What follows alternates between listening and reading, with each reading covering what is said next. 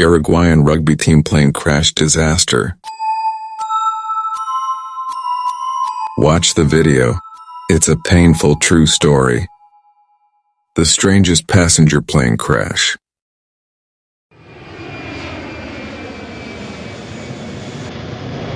It happened in 1972 over the Andes Mountains in Chile.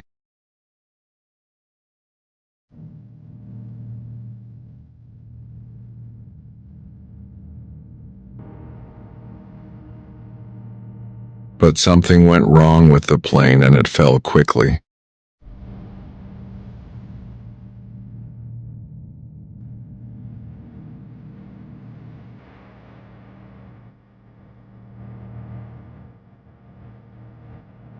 The plane crashed into the mountains. I tried to control the plane, but it crashed.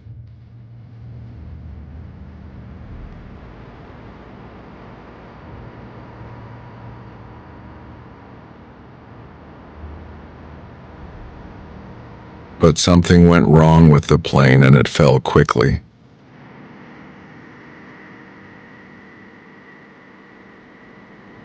The plane was carrying a team of Uruguayan rugby players. A few passengers miraculously survived after spending 72 days in extremely harsh conditions in the mountains. The passengers were cut off from the world and did not indicate any sign of their sight. After running out of the little food they had, and under the harsh and very cold conditions of the Andes Mountains,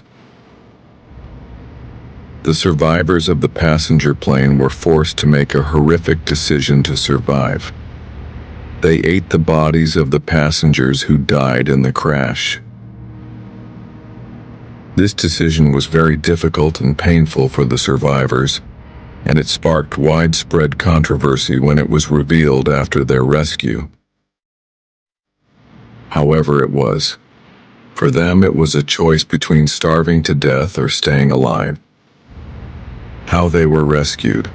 After 72 horrific days in the Andes, the survivors were rescued thanks to the courage and determination of two people, Nando Parrado and Roberto Canessa. Here's how the rescue went. After the survivors despaired of rescue teams arriving, Parrado and Canessa decided to embark on a perilous journey through the mountains in search of help. The two set off on December 12th, carrying with them a small amount of food made from the remains of the plane and the frozen flesh of the corpses. Crossing the mountains, Parrado and Canessa climbed for 3 arduous days, reaching a soaring altitude of over 4,500 meters. They then walked for another 7 days through rugged, uninhabited terrain.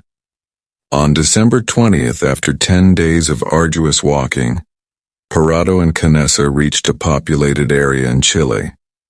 They met a peasant on horseback named Sergio Catalan.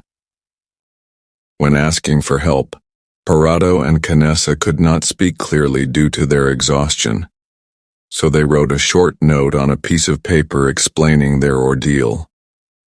Catalan tied the note to a stone and threw it into the river for him to read. Informing the authorities, Catalan was deeply moved by the survivors' story. He rode his horse for long hours to inform the Chilean authorities of the existence of survivors of the plane crash.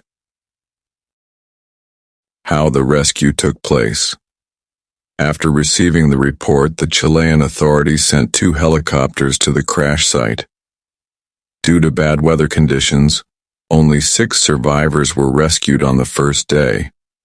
On the second day, the helicopters were able to return and rescue the remaining 8 survivors. Thus, thanks to the determination of Parrado, Canessa, and the Chilean peasant, the ordeal of the 16 survivors of the Andes plane crash ended after 72 days of horror and suffering. Finally, rescue teams succeeded in landing at the plane's location and began evacuating the remaining survivors.